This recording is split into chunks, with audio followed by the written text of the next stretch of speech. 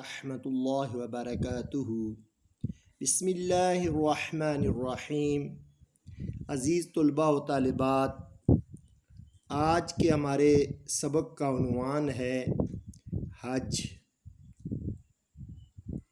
ہم آپ کو حج کی لغوی معنی، اصطلاحی معنی، حج کی فرضیت کے بارے میں بتائیں گے۔ سب سے پہلے حج ایک جامع عبادت ہے۔ یہ اسلام کا ایک اہم رکن ہے جو ہر صاحب استطاعت عاقل بالغ مسلمان پر زندگی میں ایک بار حج فرض کیا گیا ہے۔ لغوی معنی۔ حج کے لغوی معنی قصد کرنا، ارادہ کرنا کے ہیں۔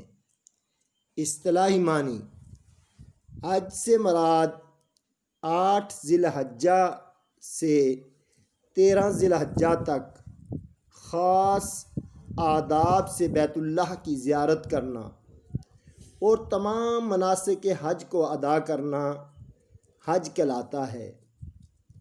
عام دنوں میں جو بیت اللہ کی زیارت تو عبادت کی جاتی ہے اسے عمرہ کہتے ہیں۔ حج کی فرضیت۔ حج اسلام کا 5واں اہم رکن ہے۔ یہ عبادت زندگی میں ایک بار ہر صاحب حیثیت مسلمان پر فرض ہے۔ اللہ رب العالمین نے قرآن مجید میں ارشاد فرمایا: وَلِلَّهِ عَلَى النَّاسِ حِجُّ الْبَيْتِ مَنِ اسْتَطَاعَ إِلَيْهِ سَبِيلًا۔ سورہ آل عمران آیت نمبر 92۔ ترجمہ: اور لوگوں پر اللہ کی خوشنودی کے لیے فرض ہے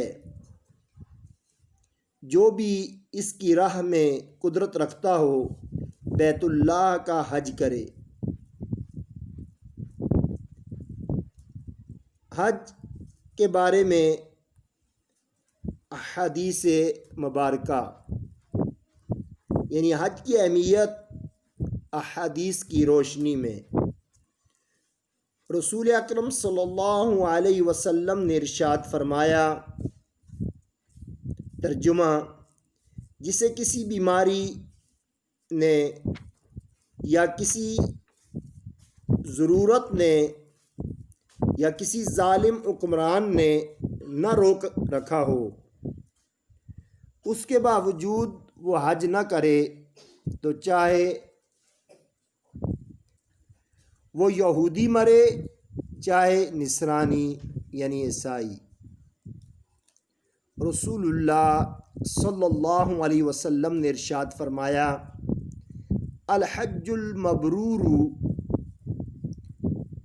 لیس لہ جزاء الا الجنہ۔ آقا علیہ الصلاۃ والسلام نے ارشاد فرمایا: ایک مقبول حج کا بدلہ جنت کے سوا اور کچھ نہیں ہو سکتا۔ رسول اکرم صلی اللہ علیہ وسلم نے ایک اور مقام پر ارشاد فرمایا کہ جو آدمی اللہ کی رضا کے لیے حج کرتا ہے اور فسق و فجور سے دور رہتا ہے تو جب وہ واپس آتا ہے تو اس طرح ہو جاتا ہے کہ گناہوں سے بالکل پاک صاف۔ نبی علیہ الصلاۃ والسلام نے ارشاد فرمایا: من حج للہ فلم یرفث ولم یفسق رجع کیوم ولدت امہ۔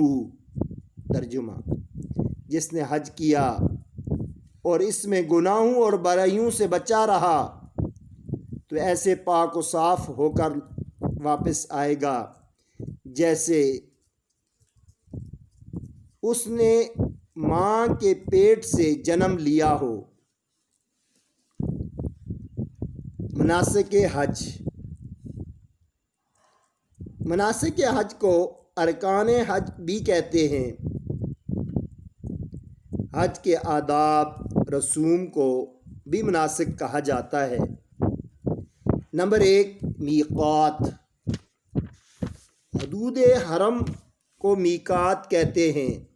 حج اور عمرہ کرنے والوں کے لیے لازم ہے کہ جب وہ میقات تک پہنچیں تو اس میں داخل ہونے سے پہلے احرام باندھیں۔ نمبر 2، احرام۔ احرام باندھنا فرض ہے۔ مردوں کے لیے 2 انسلی چادریں اور عورتوں کے لیے 2 چادروں کے ساتھ ایک سر پہ باندھنے والا رومال ہوتا ہے۔ تلبیہ۔ نمبر 3، تلبیہ۔ تلبیہ کس کو کہتے ہیں؟ لبیک اللہم لبیک کو تلبیہ کہا جاتا ہے، جو احرام باندھنے کے بعد کثرت سے پڑھا جاتا ہے۔ نمبر 4، طواف۔ بیت اللہ کے گرد 7 چکر لگائے جاتے ہیں، اسے طواف کہتے ہیں۔ اس کی 3 اقسام بیان کی جاتی ہیں۔ نمبر 1، طواف قدوم، جو مکہ معظمہ پہنچنے کے بعد سب سے پہلے بیت اللہ کا طواف کیا جاتا ہے، اسے طواف قدوم کہا جاتا ہے۔ نمبر 2، طواف زیارت۔ منا سے آ کر 10 یا 11 ذی الحجہ کو کیا جاتا ہے اور یہ فرض کے درجے میں آتا ہے۔ طواف وداع، یعنی مکہ سے روانہ ہونے سے پہلے بھی طواف بیت اللہ کا کرتے ہیں، جسے طواف وداع کہتے ہیں۔ نمبر 5، استلام۔ بیت اللہ کا طواف کرتے وقت ہر چکر میں حجر اسود کو بوسہ دینا استلام کہلاتا ہے۔ استلام کس کو کہتے ہیں؟ بیت اللہ کا طواف کرنے وقت ہر چکر میں جو حجر اسود کو بوسہ دیا جاتا ہے اس کو استلام کہا جاتا ہے۔ مقام ابراہیم پر نماز۔ طواف سے فارغ ہونے کے بعد مقام ابراہیم یا اس کے آس پاس کھڑے ہو کر 2 رکعت نماز ادا کی جاتی ہے۔ نمبر 7، صفا و مروہ کی سعی، یعنی صفا اور مروہ کے درمیان چکر لگانا۔ اس عمل کو سعی کہا جاتا ہے۔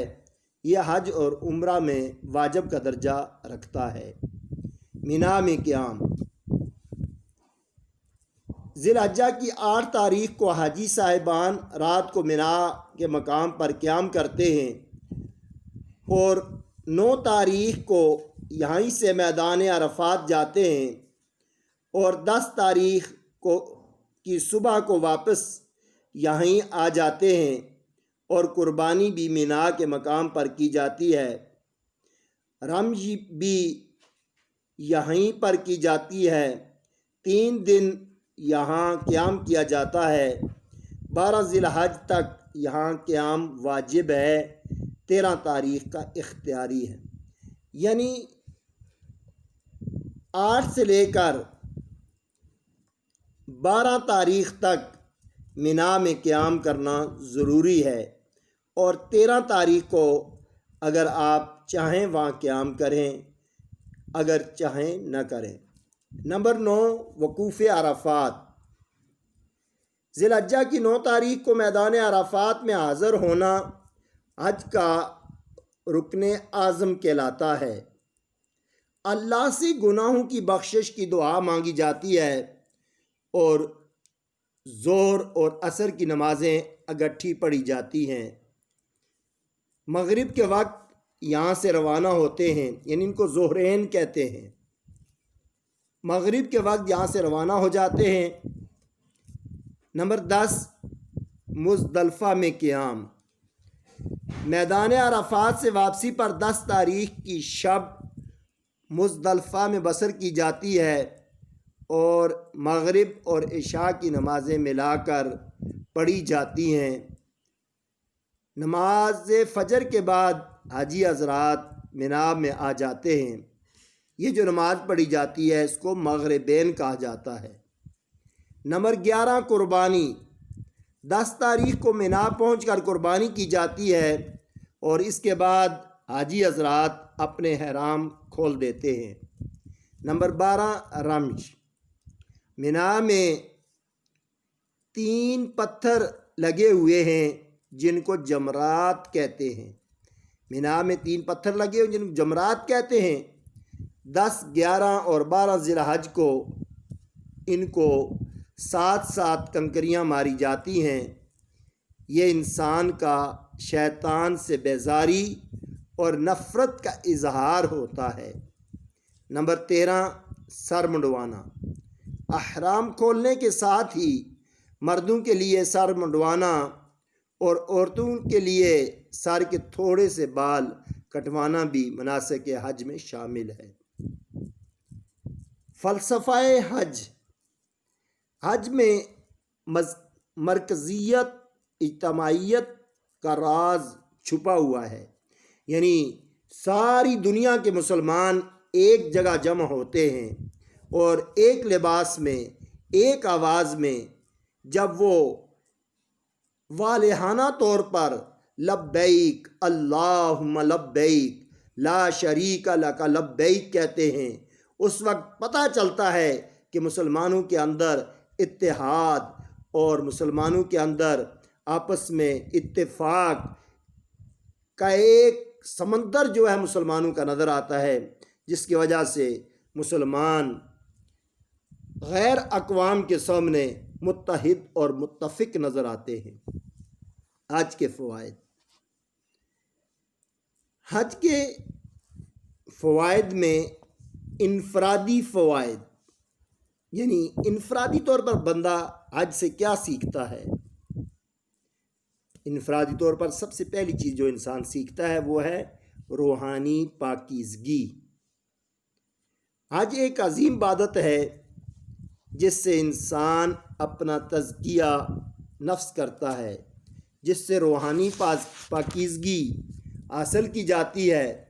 حدیث پاک کی روح سے انسان حج سے ایسے لوٹتا ہے گویا آج ہی وہ پیدا ہوا ہو، یعنی گناہوں سے بالکل پاک صاف ہو جاتا ہے۔ نمبر 2 گناہوں کی بخشش۔ حج مقبول کے نتیجے میں انسان کے سارے پچھلے گناہ معاف ہو جاتے ہیں۔ رسول اللہ صلی اللہ علیہ وسلم نے ارشاد فرمایا، حج انسان کے گناہوں کو اس طرح دور کر دیتا ہے جیسے پانی کپڑے کی میل کے چیل کو دور کر دیتا ہے۔ رسول اللہ صلی اللہ علیہ وسلم کا فرمان ہے۔ نمبر 3 اصلاح کا جذبہ۔ جب انسان حج کر لیتا ہے تو انسان کے اندر دوسروں کی اصلاح کا جذبہ پیدا ہو جاتا ہے اور وہ ہر برے کام سے خود بھی رک جاتا ہے اور دوسروں کو بھی برے کام سے روکتا ہے اور نیکی کی ترغیب دیتا ہے۔ نمبر 4 محبت الہی۔ نماز قرب الہی کا ذریعہ ہے اور جب انسان حج کرنے بیت اللہ جاتا ہے تو اللہ کے گھر میں نماز پڑھنے سے قرب الہی کا جو مزہ آتا ہے تو وہ واپس آ کر ایک حاجی جب حج کر کے اللہ رب العالمین کے سامنے کھڑا ہو کر یہ عہد کرتا ہے کہ رب العالمین آج میں تیرے گھر کے سامنے کھڑا ہو کر حج کر رہا ہوں، تیرے گھر کا دیدار کر رہا ہوں اور اس بات کا عہد کر رہا ہوں کہ میں اپنی پوری زندگی میں فرض نماز کبھی نہیں چھوڑوں گا۔ اقتصادی فوائد۔ حج کا اقتصادی فائدہ یہ ہے کہ ساری دنیا کے مسلمان ایک جگہ جمع ہوتے ہیں اور وہ ان ایام میں کاروبار خرید و فروخت کرتے ہیں، جس کی وجہ سے مسلمانوں کی اقتصادی حالت بہتر ہوتی ہے۔ اجتماعی فوائد۔ یعنی اجتماعی طور پر کیا فوائد حاصل ہوتے ہیں؟ نمبر 1، مرکزیت، یعنی مسلمانوں کے اندر مسلمان ایک مرکز پر جمع ہو جاتے ہیں، ان کے اندر وحدت اور اتحاد پیدا ہو جاتا ہے۔ نمبر 2، مساوات، یعنی حج میں بغیر کسی رنگ و نسل اور بغیر کسی برتری کے ایک لباس، ایک آواز، ایک جگہ سارے مسلمان جمع ہوتے ہیں، تو اس طرح مساوات کا درس ملتا ہے۔ نظم و ضبط کی بہترین مثال، یعنی حج جو ہے یہ نظم و ضبط کی بہترین مثال ہمیں سکھاتا ہے کہ دنیا بھر سے آئے ہوئے مسلمان جمع ہوتے ہیں، کوئی جھگڑا گالی گلوچ نہیں ہوتا، وہ ایام حج میں بڑے نظم و ضبط سے گزارتے ہیں۔ اخوت و بھائی چارہ، یعنی دنیا کے کسی کونے سے بھی کوئی مسلمان حج کرنے آتا ہے تو وہ دوسرے مسلمان کو اپنا بھائی سمجھتا ہے۔ بین الاقوامی تعلقات، یعنی حج کی وجہ سے دوسرے ممالک سے آئے ہوئے لوگوں کے ساتھ اچھے تعلقات قائم ہوتے ہیں۔ اللہ رب العالمین کے پیارے نبی صلی اللہ علیہ وسلم نے ارشاد فرمایا، جس کا ترجمہ یہ ہے: اے میرے اللہ، مجھے اپنے نبی کے طریقے پر کار بند رکھ اور اس پر عمل کرتے ہوئے مجھے اپنے پاس بلا لے، اور نفسانی لغزشوں سے مجھے محفوظ فرما دے۔ یعنی یہ دعا حاجی اپنے رب کے سامنے کھڑے ہو کر کرتے ہیں۔ حج ایک جامع عبادت ہے، غرض کہ حج ایک ایسی عبادت ہے جس میں باقی سب عبادت کی روح شامل ہوتی ہے۔ یعنی آپ دیکھیں، حج میں سفر کرتے ہیں تو سفر میں جہاد کی روح پائی جاتی ہے، اور اس میں اپنا مال خرچ کرتے ہیں تو یہ زکوٰۃ کے ساتھ اس کا مشابہت ہوتی ہے، اور سفر کے اندر طرح طرح کی تکلیفات کو برداشت کیا جاتا ہے، اس میں جہاد کا رنگ نمایاں ہے۔ حضرت عائشہ صدیقہ رضی اللہ تعالیٰ عنہ سے روایت ہے، نبی اکرم صلی اللہ علیہ وسلم نے فرمایا، سب سے افضل جہاد حج مبرور یعنی حج مقبول ہے۔ اسی لیے تو حضرت عمر رضی اللہ تعالیٰ عنہ فرمایا کرتے تھے، حج کے لیے سامان تیار رکھو، یہ بھی ایک جہاد ہے۔ تو جب ایک حاجی حج کر کے واپس آتا ہے، نبی اکرم صلی اللہ علیہ وسلم نے ارشاد فرمایا، جو مسلمان اسے سب سے پہلے ملتا ہے، اس سے ملاقات کرتا ہے، اسے سلام کرتا ہے، اس کو سلام کرنے والا، اس سے مصافحہ کرنے والا، اسے گلے ملنے والا آدمی بھی گناہوں سے پاک صاف ہو جاتا ہے۔ حج ایک جامع عبادت ہے، حج ایک اللہ رب العالمین کی محبت کا ذریعہ ہے۔ حج مسلمانوں کے اندر باہمی محبت اور یگانگت پیدا کرتی ہے۔ اللہ تعالیٰ سے دعا ہے کہ اللہ تعالیٰ سارے مسلمانوں کو حج بیت اللہ کی سعادت عطا کرے، روضہ رسول کے سامنے کھڑے ہو کر درود و سلام پڑھنے کی سعادت نصیب کرے۔ عزیز طلباء و طالبات، آپ حج کے ارکان جو ہیں ان کو اپنے ذہن میں بٹھائیں اور ان کو صحیح طرح سے یاد کریں، کیونکہ یہ سوال آ سکتا ہے کہ مناسک حج کیا ہیں یا حج کے ارکان کیا ہیں۔ تو یہ ساری چیزیں اگر آپ نے یاد کی ہوں گی تو آپ اچھے طریقے کے ساتھ اپنے سوال کا جواب لکھ سکتے ہیں، اور اس کے اندر اپنی لکھائی جو ہے اس کو درست کریں، اور ہیڈنگز دے کر اچھے طریقے سے کریں گے تو آپ کو اچھے نمبر ملیں گے۔ اللہ تعالیٰ سے دعا ہے کہ اللہ تعالیٰ ہمارا حامی و ناصر ہو۔ جزاکم اللہ خیرا۔ السلام علیکم ورحمۃ اللہ وبرکاتہ۔